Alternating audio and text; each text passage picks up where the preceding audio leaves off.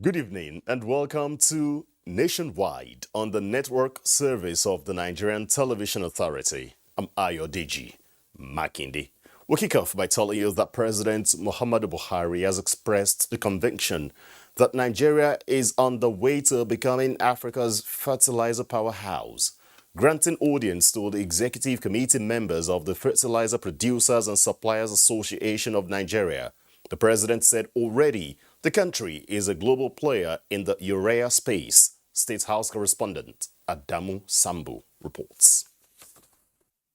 For every nation to have peace and prosperity, its economy must be inclusive.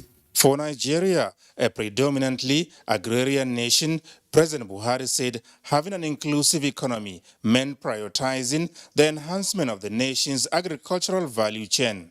And with fertilizer being an indispensable input towards achieving food security, various interventions, including the presidential fertilizer initiatives, have been developed to support the fertilizer industry so as to make the commodity available and accessible to farmers.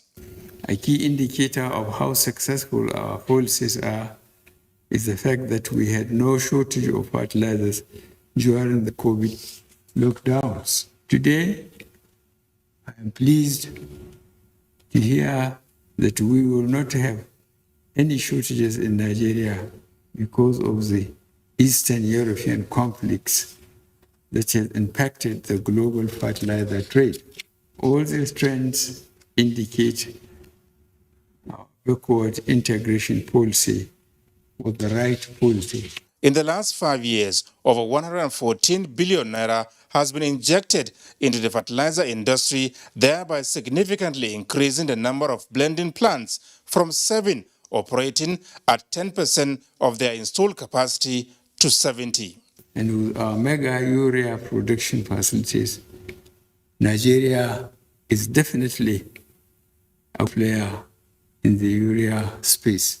I would therefore like to thank members of the Fertilizer Producers Association once again with this very patriotic backward integration project. Through these investments, Nigerians working in the agricultural value chain. For the Association of Fertilizer Producers, but also by the many pyramids of rice, maize, shortage. Nigeria remains one of the few countries in Africa and indeed the world where fertilizer availability is not an issue. Mr. President, for the 2022 wet season, I would like to declare to you and all Nigerians that FEPSAN is ready, willing, and able to ensure fertilizer are available in all the part of the country. Nigeria should not panic. Your Excellency, the CBN currently has a balance of stock of fertilizer from the last planting season under the bank's Anchor Borrowers Program to the tune of 1.95 million bags of fertilizer and have committed additional 2.6 million bags for use during our 2022 program. For that reason, we are optimistic that fertilizer will be available to our own smallholder farmers at considerably reduced prices. Under the Anchor Borrowers Program, Mr. Emefiele said the Central Bank of Nigeria has so far disbursed over 941 billion naira to 4.2 million smallholder farmers cultivating 21 NTA News. The Nigerian Senate has extended the implementation of the capital component of the 2021 budget. The bill presented by leader of the Senate, Yahya Abdullahi, is to extend the implementation from 31st March to 31st of May 2022. This is to ensure that all existing projects are fully funded and contractors paid. That in 2021 there was a payment of the aggregate sum of 276 billion, which was approved for the several MDAs by the national. There is compelling need to really extend the implementation of 2021 budget. So 2021 from 31st March 2022 to 31st May 2022. And time is of essence, and I will urge the executive arm of government to swiftly swing into action to ensure that we achieve 100% budget implementation like we did achieve in the 2020 Appropriation Act. The governors of Rivers, Enugu, Abia and that of Oyo State, as well as some National Assembly members under the platform of the People's Democratic Party, have paid homage on former military president General Ibrahim Babangida alongside the former head of state General Abdusalami Abubakar to champion a way forward on the state of the nation. Governor of Abia State, Okeze Ikpeazu, who spoke on behalf of the entourage, said the deliberation dwelt on security and economic emancipation of the country. Fatima Aliyu reports. On the entourage were governors of Rivers State, Nyesom Wike, that of Oyo, Oluwaseyi Makinde, Ifeanyi Ugwuanyi of Enugu, Okeze Ikpeazu of Abia State, as well as some members of National Assembly and other people of vested interest. The meeting, held at the former military president's residence in Minna, was to chart a new course on the nation's insecurity and socio-economic emancipation of the country. First, to consult with the former head of state and discuss national issues, economic development, security, unity of our country, and also to commend him for his support for the unity of this country. And the discussions went very well, and we will advance it from there. He expressed concern and said that he expects the younger generation to take up the gauntlet and rescue Nigeria. The visiting team described the deliberation as fruitful. In Minna, Fatima Aliyu, NTA News. Information and Culture Minister Lai Mohammed says his attention has been drawn to media reports on the alleged defection of some supporters in the All Progressives Congress APC in Kwara State to the Social Democratic Party SDP. In a statement, the minister says despite the fact that the supporters are genuinely aggrieved at the way and manner they have been treated by the Kwara State's governor, massive victory of the party in the state in 2019, leaving the party is not the solution, having taken the grievances of the supporters to the highest the party stand and return to their natural habitat. Lai Mohammed used the opportunity to once again call on the leadership of the party to urgently address the issues that have forced some members of the party in Kwara State to contemplate leaving the party. Hingino is our guide. Good evening, Hingino. Evening, Ayodeji. Welcome to Lagos. The British High Commission in Nigeria is deepening and widening the financial sector through increase in investment, which will indirectly create domestic wealth and enhance job opportunities. Michael Olale reports that the financial sector deepening, FSD Africa, is driving the process. One of the core mandates of the UK fund debt is to strengthen the capital markets to provide alternative means of funding businesses with the view of eliminating poverty across crucial sectors of the economy. It will propel economic growth and stimulate investment in Nigeria, considering the determination and energy of the people to drive transformation.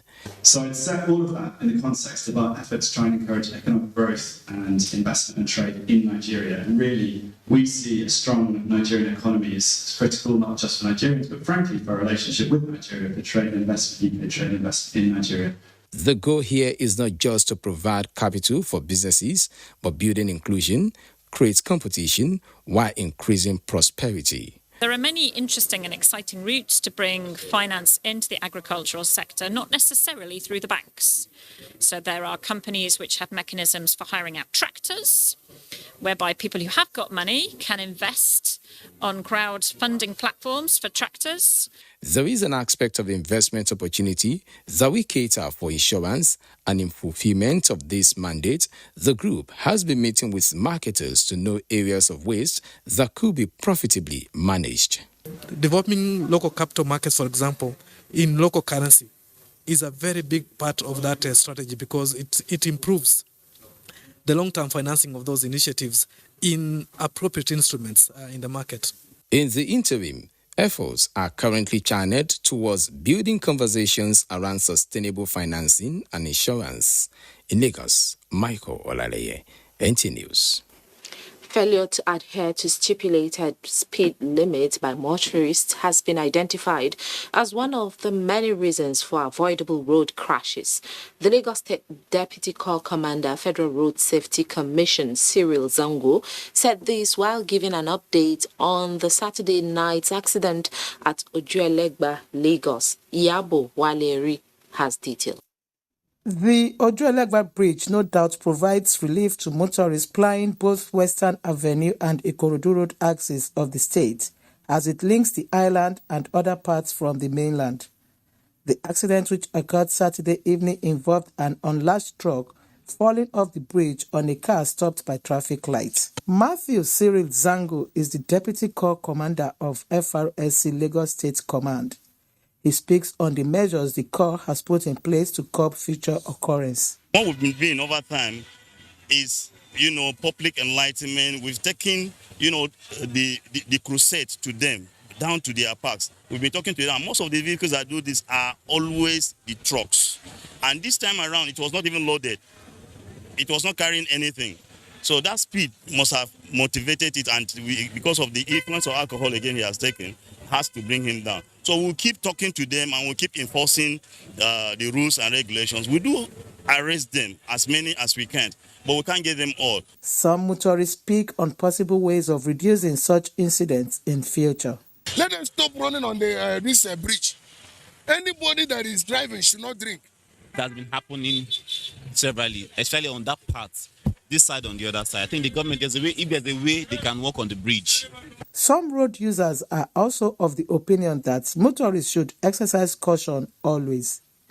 In Lagos, Iyabo Wale Eri, NTA News. Do not forget to follow this news broadcast live on our website at nta.ng/live and on YouTube at NTA News Online.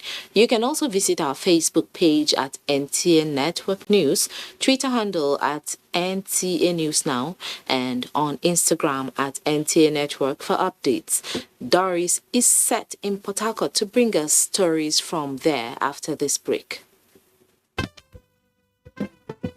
Buy Nigeria Registration and Telemarts in partnership with NTA Television Enterprises Limited. The Buy Nigeria project presents International Market Access Platform. BuyNigeria.com, a one-stop e-commerce portal and public procurement referral for exclusively made in Nigeria products and services. The Telemarts for buying and selling on television. For company and product registration, participation, sponsorship, and adverts on Telemart. Call Acho on 080-9521-2547 or Sarah on 080-331-73233. Visit www.buynigeria.com or www.ntatve.com.ng. For products inspection, standards, and quality assurance, Buy Nigeria Center, The Arena, NTA Headquarters, Abuja, FCT. Buy Nigeria, Market Square, Mount View Mall, Life Camp, Abuja. Buy Nigeria, providing market access for entrepreneurs in the 36 states and the FCT, from local to global.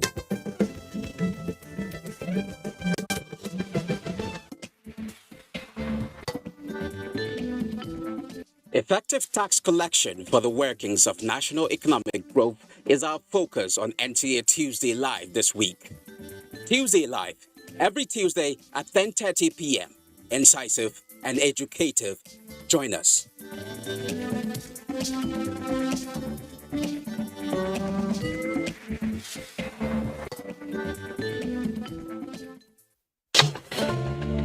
As the world advances, Samuel Adegboyega University, Ogwa, Edo State, is poised to deliver world-class education rooted in strong academic traditions. In the colleges of law, basic and applied sciences, humanities, management, and social sciences, Samuel Adegboyega University is building the next generation of leaders. Hurry now for 2021-2022 undergraduate and postgraduate admissions into any of our NUC fully accredited programs. Secure admission today in one of the fastest growing private universities in Africa. Also note that the university runs diploma, JUPEB, part-time and tuition-free programs. For more information, visit www.sau.edu.ng or call 0705 079 1226, Samuel Adegboyega University, to nurture for discipline and excellence. Nigerian Television Authority, NTA, Federal Radio Corporation of Nigeria, FRCN, and Voice of Nigeria, VON, cordially invite general public to the 16th Annual Ramadan Lecture. Topic: Social Media, Effect on Morality. Guest speakers, Professor Ishak Olariwaju Oloyede, Registrar, Joint Admission Matriculation Board, and Professor Ismail Shehu, Department of Political Science, ABU Zaria, under the chairmanship of Architect Muhammad Namadi Sambu, GCON, former Vice President of the Federal Republic of Nigeria. Special guest of honor, Right Honorable Oladimeji Bankole, former Speaker, House of Representatives. Royal Father of the Day, His Highness Ambassador Ahmed Nur Bamali, Emir of Zazzau. Chief Host, His Excellency Malan Nasir Ahmed El-Rufai, the Executive Governor of Kaduna State. Hosts, Malan Yakubu Ibn Muhammad, Director General NTA, Dr. Mansur Liman, Director General FRCN, and Dr. Osita Okechukwu, Director General Voice of Nigeria. Date, Saturday, 9th April 2022. Venue, Lumana Multipurpose Center, River Close, off Jabi Road East, Kaduna. Time, 9 a.m. Inshallah. Announcer, Organizing Committee.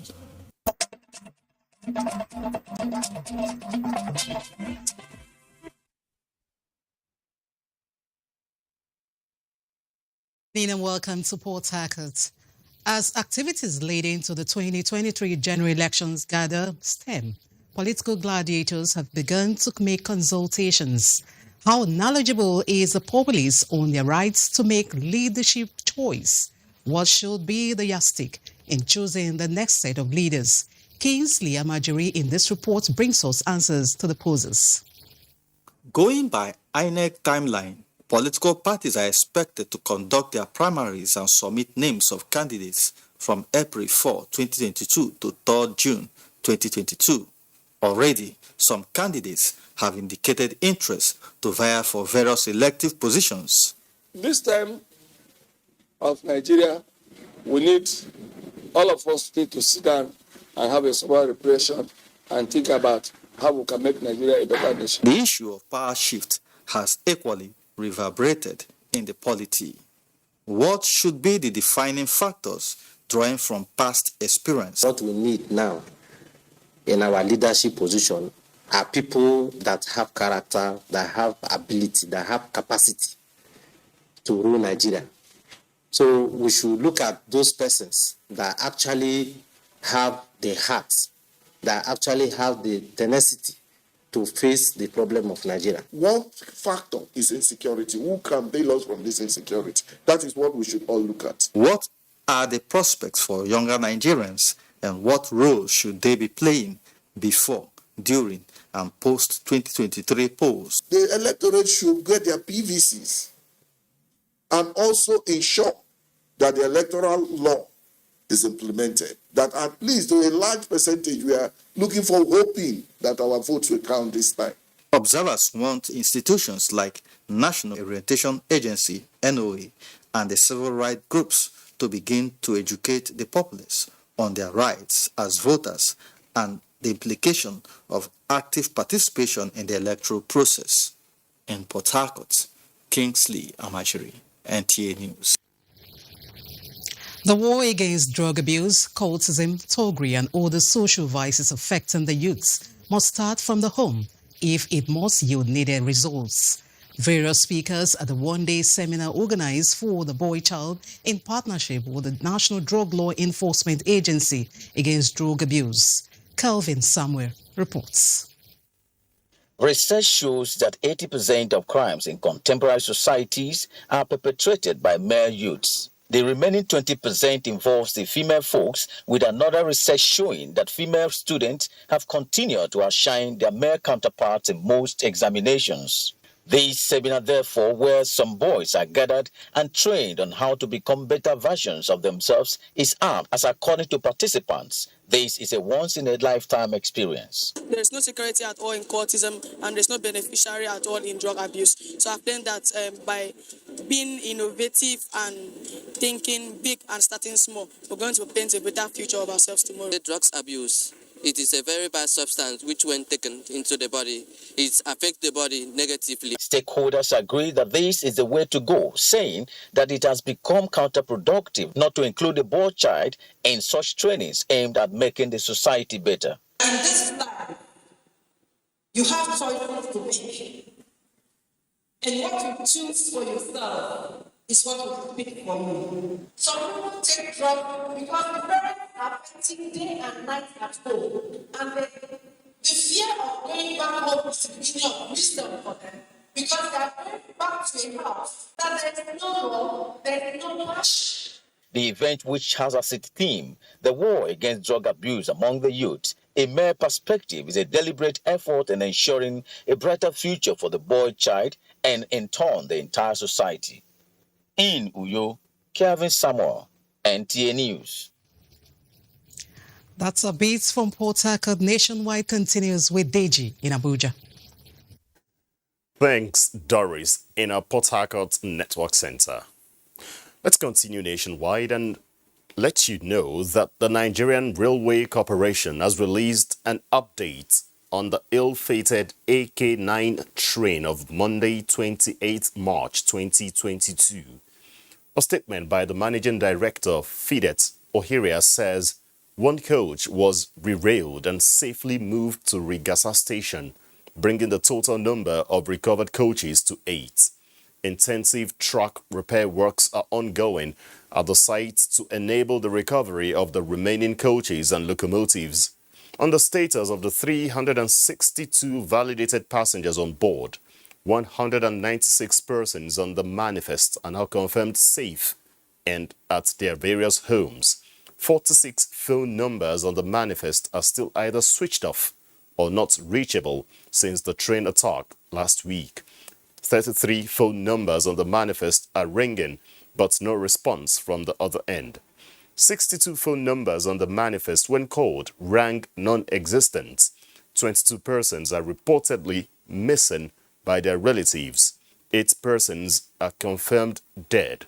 There were a total of 20 train crew members on board.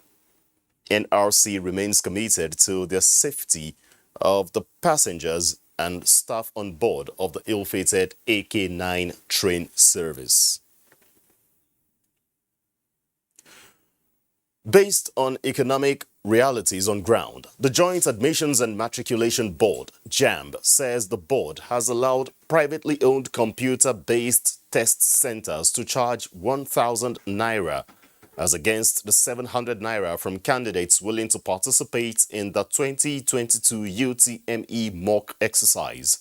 JAMB Registrar Professor Ishaq Oloyede, who stated this while fielding questions from journalists in Abuja, said no charge is attached for candidates taking the mock examination in JAMB's owned CBT centers, as it is free. Unless we don't want them to conduct the examination. We have done the analysis of their expenses, and if we insist that they must put on their ACs and it means the cost of generator of diesel to be taken into consideration. We are not increasing our charges, despite the fact that the cost is going up. So we felt that we should not, if they are our partners and they want to, why we do the sacrifice? We cannot impose unrealistic sacrifice on our partners. The mock examination affords UTME candidates the opportunity to familiarize themselves with the examination procedures. There is a strong call among stakeholders for youth to shun cultism and drug addiction. Abdul Malik Hassan reports. The prevalence and growing nature of cultism in various Nigerian institutions and drug addiction among young people is the reason for this symposium. What started as confraternities in Nigerian universities It is a room full of idealists who believe that drug addiction and cultism are interwoven in the terms of criminal activities and may frustrate the quest for national development. Every crime today we drive is sourced from drug abuse, drug misuse, and cultism. So this will lead to poor economic growth and overall well-being of the citizenry. The society is threatened if these challenges are not addressed. Destructive consequences of these acts were outlined, and long-term goal is to see how Nigeria will be rid of this social menace. Abdulmalik Hassan, NTA News. The Senior Special Assistant to the President on Niger Delta Affairs, Senator Ita Enang, has again suggested that the federal government should formalize artisanal refining and set up a body to look into the technology being used by those engaged in the practice. Discussing the formalizing of the informal petroleum sector on Good Morning Nigeria, he says this could be a pathway to achieving economic stability in the petroleum sector. Ekemini Williams has the details. Artisanal refining has attracted substantial attention in recent times because of the many collateral effects arising from the practice. This has led to crackdown on practitioners by multiple agencies of government. Some commentators have canvassed a different approach. SSA to the President on Niger Delta Affairs, Senator Itainang, is one of those who believe that given the toll it is taking on Nigeria's petroleum sector, it is time to integrate artisanal refiners by accommodating them in the modular refining process. Without engaging with these people, you'll still be damaging the environment. You can't have enough money from this to go into the federation account, which you can distribute to the 36 state governments. You won't have enough money. You are going to suspend many projects which are level. Economies of scale, if they were buying the crude and producing, it would not be economic, because they won't be able to sell to the construction companies you claim they are selling to. So you must understand that value chain for what it is. Mm-hmm. It is one in which you are taking something that belongs to someone else, okay, and then selling it, and you want to formalize. It's not taken by them. They are simply supplied. He suggested the setting up of a body, including the National Agency of Science and Engineering Infrastructure, to look into the technology of artisanal refineries with a view to developing better equipment. He also suggested that state governments should create refinery parks. The formal modular refineries, the one that they're talking about, I understand they produce diesel only. Now, but the other ones in the creek, which you call informal, is producing these three products. And they said at the conference that any day that the artisanal refiners stop producing, there will be scarcity in this country. They're not happy doing it. Go and look at their skin. You will see rashes, skin infections. Petroleum economist Dr. Timothy Okun had a contrary view, insisting that the fact that the artisanal refiners get crude at a cheap cost because it is sourced illegally is leading to huge value losses. So refining is a sophisticated operation. Let us not reduce it to kai and things like that, because there are certain specifications and standards. In Abuja, Ekemini Williams, NTA. A 6-man kidnap syndicate, including a nursing mother who specializes in kidnapping toddlers, have been paraded by operatives of the Department of State Service in Ondo State. The State Director of the service, Jonathan Kure, during the parade assured that DSS and other security agencies will not relent in reducing criminality in Ondo State. Abiola Ario reports. The DSS boss said the gang had been kidnapping toddlers between the ages of 2 and 4 years. Through the support of the state government, a manhunt was launched to track down the young man and the nursing mother. And what is even more touching is that one of their members is a nursing mother and wife of one of the kidnappers. She also plays the dual role of being the armorer of this group. The state acting governor, Lucky Aiyedatiwa, during the parade assured residents of the state of adequate security of lives and property. I want to also use this opportunity to pass this message to the landlords, because all of these criminals, they reside in one house or the other. They need to do proper profile of their tenants and know what they do for a living. Because by that, during the investigation, during the arrest, some of these people were trailed or to their various places. The DSS boss assured that the suspects will be arraigned in court in no distant time. In Akure, Abiola Rio, NTA News.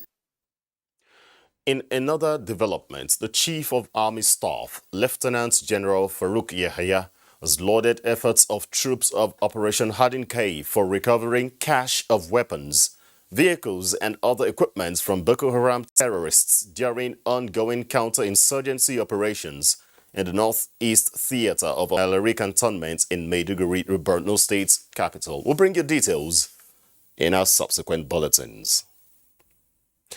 Time now to go over to our Sokoto Network Center, where Asmao will be giving us the next set of reports on Nationwide. Good evening, Asmao.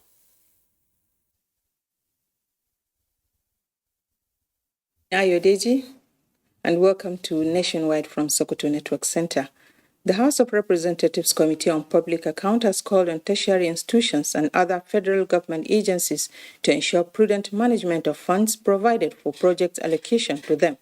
Member representing Wunuraba Federal Constituency and coordinator Sokoto Zamfara Project's Performance Audit Oversight, Ibrahim Al-Mustafa Aliyu, made the call while on oversight and defense of projects by the concerned authorities. Sheikh Muhammad Deti reports. The House of Representatives Committee on Public Account is one of the committees of the House of Representatives. The committee, under the leadership of the member representing Wunuraba Federal Constituency, were in Sokoto on oversight function of tertiary institutions and agencies of both federal and state governments that are beneficiaries of federal government's projects. Each of the affected institutions and agencies are to present the capital projects allocated to them and how the projects were carried out. The committee is meeting tertiary institutions from Sokoto and Zamfara states who are to submit their performance report before the committee. Ibrahim Al-Mustafa Aliyu noted that the meeting is not meant to witch hunt anyone, but rather an avenue for the concerned bodies to submit their action plans and performance, explain to the committee, and offer suggestions. In that respect, I will tell you that this is what you get. So quickly tell them, okay, now you are going to procure 1 or 2 items here. So the amount they have approved. So take this into note. You are to go into nitty-gritties. This issue will come up and it will be an indictment on their own side. Contractors handling various projects at the designated tertiary institutions and agencies are expected to brief the committee on their performance. Osman Amfoy University Teaching Hospital, Social Investment Unit, and other concerned agencies from Sokoto and Zamfara states appeared before the committee. In Sokoto, Sheikh Muhammad Deti, NTA News. Pensioners from Federal Airport Authority of Nigeria FAN have embarked on a peaceful protest nationwide over non-payment of 2019 minimum wage. In Sokoto State, Sheikh Muhammad Deti reports that the pensioners barricaded the entrance of Sultan Abubakar International Airport. The report. The Sokoto unit of Nigeria Union of Pensioners, Federal Airport Authority of Nigeria FAN branch joined other members of the union nationwide to stage a peaceful protest at the Sultan Abubakar III International Airport, Sokoto. The pensioners barricaded the entrance to the airport over non-payment of 2019 minimum wage and consequential adjustment, which was agreed upon by the management of FAN and the pensioners in 2021. Due to the failure of FAN management to implement the consequential minimum wage agreement, the pensioners resolved to carry out peaceful protest demanding for the implementation and arrears of the consequential minimum wage in all the airports nationwide. When they say a man with a family, you know the whole house depends on you. And because of that, we cannot decide now what to do. But by the time, we are making a peaceful demonstration now. But we don't know what the next one will be. Whether it's to destroy, we don't know. But it's better for them to do something that will make us not to destroy. The action by the pensioners resulted to a little hitch for intending travelers as they were denied entrance into the airport for some time. The outcome of an emergency meeting convened this morning between the pensioners and management of FAN will determine the sustenance of the protest. In Sokoto, Show Muhammad. Live and on YouTube channel NTA News Online. You can also visit our Twitter at NTA News Now, our Facebook page NTA Network News, and Instagram NTA Network for updates. Lugu avails more business opportunities connecting the industrial cities in the region to the world. These new terminals beat world-class standards with enabling infrastructure that aid air travel, tourism, and the eventual growth of the country's GDP. Open up commerce and, of course, link us to international societies. People from international communities. Now, distances can be seamlessly covered as Nigeria keeps raising its bar to suit global infrastructure standards.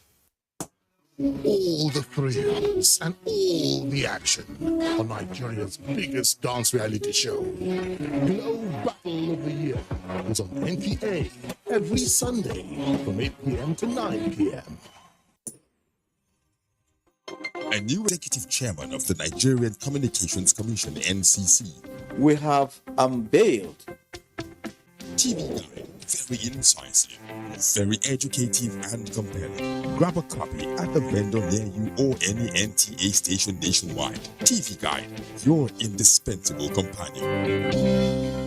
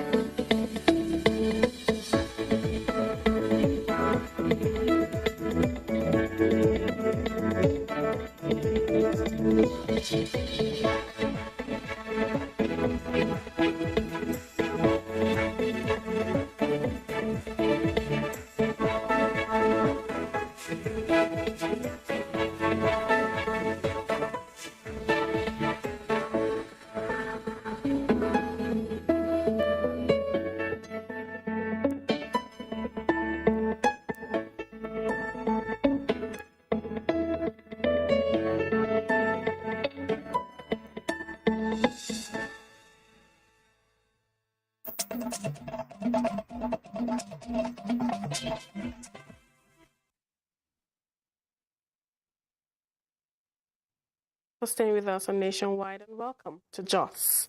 Key players in the solid minerals sector say they are committed to re-energizing the sector to augment petroleum despite the challenges inherent therein. This was at a capacity building training by the Nigeria Export Promotion Council in Jos. Caleb Gochin reports. The federal government, in its quest to diversify the economy, has in recent times encouraged the development of other sectors, with the solid minerals as one of the leading areas. Addressing participants, North Central Regional Coordinator Samson Ido says great potentials abound in the solid minerals sector, which, if properly harnessed, will surpass oil. He notes that the sector has suffered neglect, but is hopeful that respite will come. Mining sector will be able to contribute meaningfully to the GDP as well as enhance the forest honey. Participants further underscore the place of solid minerals in the development of the country, with a call on relevant authorities to provide the enabling environment for its revival. The spirit or motive of this workshop is already seen by a greater hope and eminent success of economic diversification. We can connect with governments who are policy makers and implementers in many ways to be able to now make us to move beyond where we are. Plateau State Government says it is ever ready to assist, even as it has put in place all that is required for ease of business by all. The meeting is expected to draw input from key players towards a more productive sector. In Jos, Caleb Gochin, NTA News. The Jos University Teaching Hospital is training personnel on ways of managing musculoskeletal pains in line with best global practices. Bilkisu Nuhu has details. About 1.71 billion people around the world are estimated to suffer from musculoskeletal pain in the bones, joints, ligaments, muscles, and tendons. Musculoskeletal pain can be acute or chronic, with symptoms such as aching and stiffness, fatigue, muscle twitches, sleep disturbances, and burning sensation in the muscles. Gathered here are participants from different fields to acquire more knowledge in managing such pains. Learned a lot, new skills. So it's just for me to go and start practicing in order to reduce this musculoskeletal pain as been explained. I feel is the knowledge acquired is very important to the fact that you'll be able to treat yourself of pain as well as help others that are passing through pain. The workshop is to keep all stakeholders abreast with global best practices. We will incorporate both the old and the new and see how we will give our patients very quality patient care.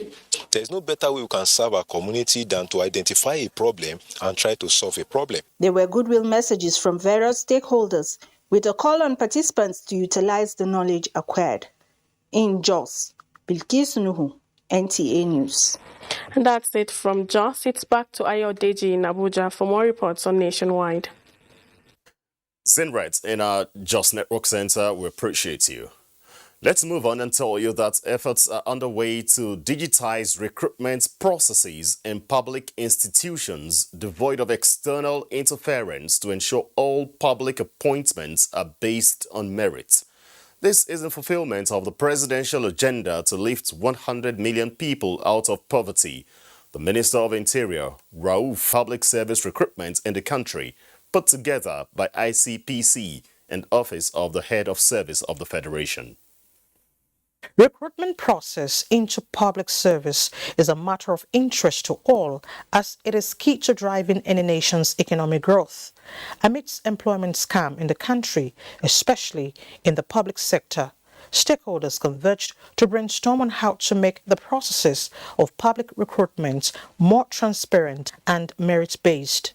The minister says, with the administration's target at ensuring the safety of lives and property, there's the need to uphold best practices in recruitment processes, especially of security personnel. There can't be any justification for recruiting anybody less than the best into any of the arms of the public service. An increasing number of job seekers are in constant contact with public officials or possibly other entities.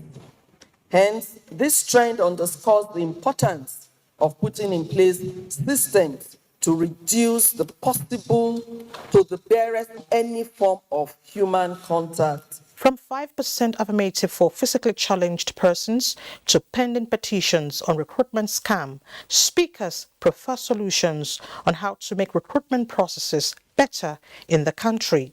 It is the belief of the National Assembly that all appointments to public office should be on merit, and that is why the Senate stresses suitable qualification be there when we screen appointees. ICPC has received and is investigating over 100 petitions on recruitment scam from victim institutions and complicit individuals. The National Policy Dialogue, which is the fourth in its series, is expected to come up with mechanism that will ensure transparency in recruitment processes.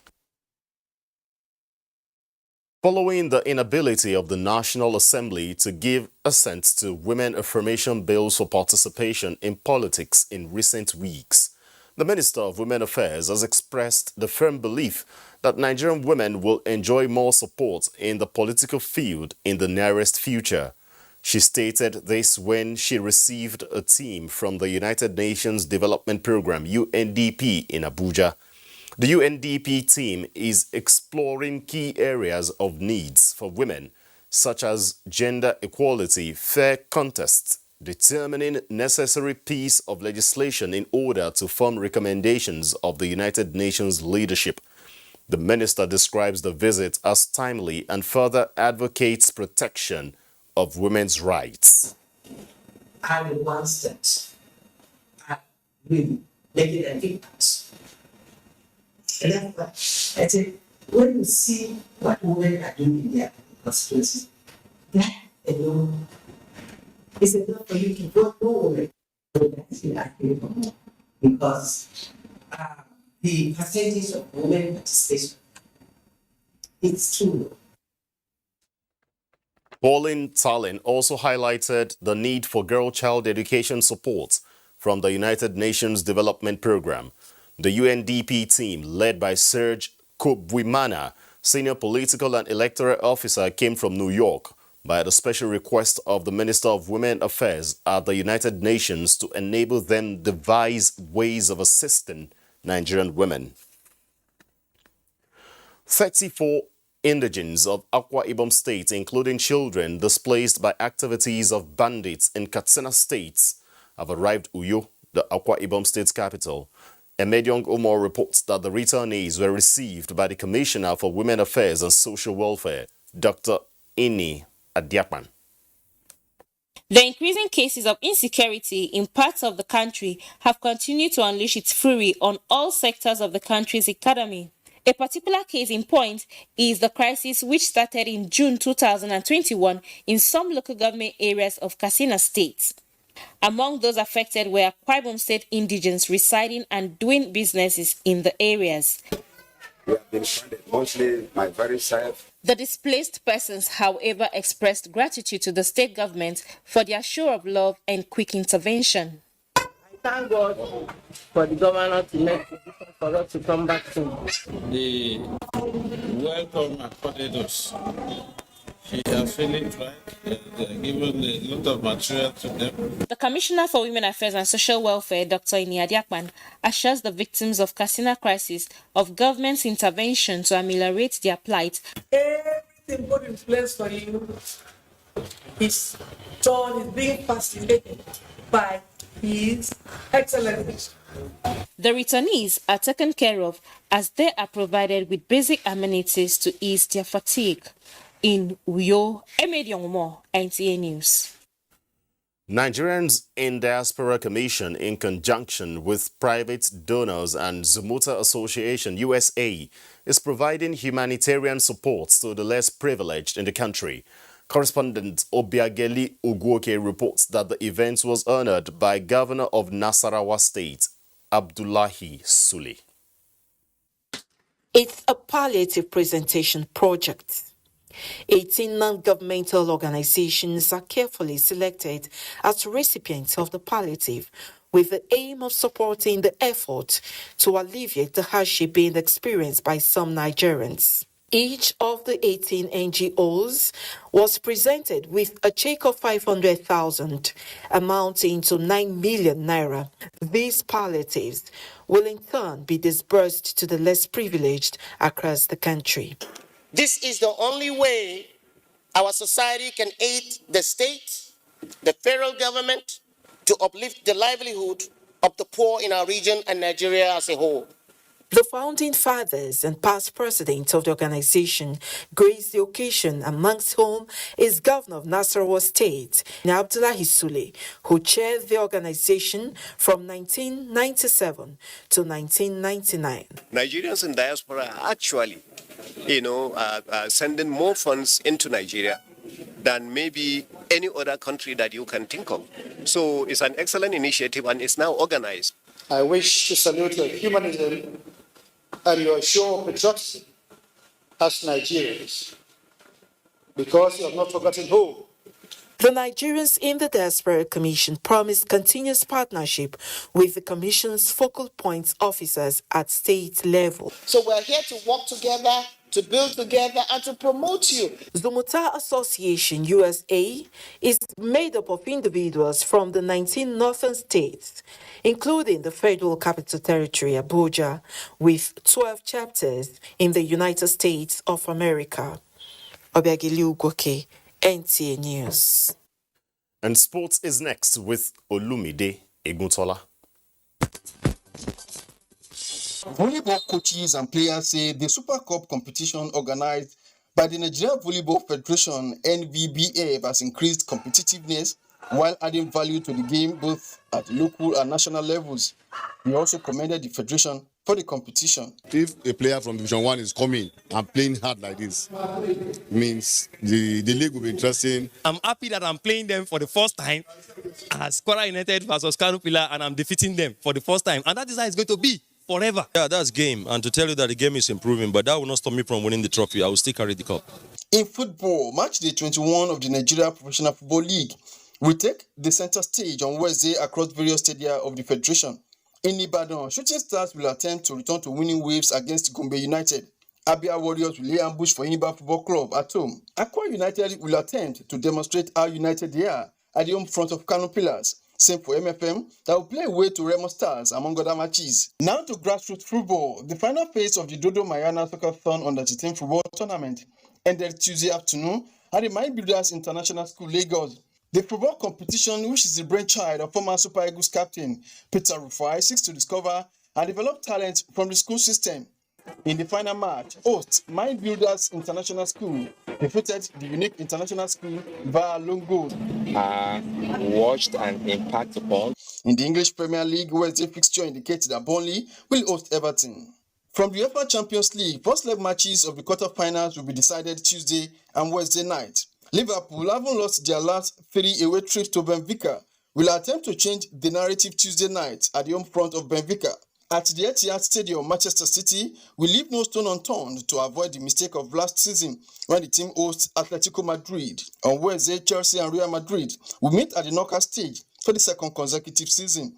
Villarreal will face their toughest test in the competition against 2020 champions Bayern Munich.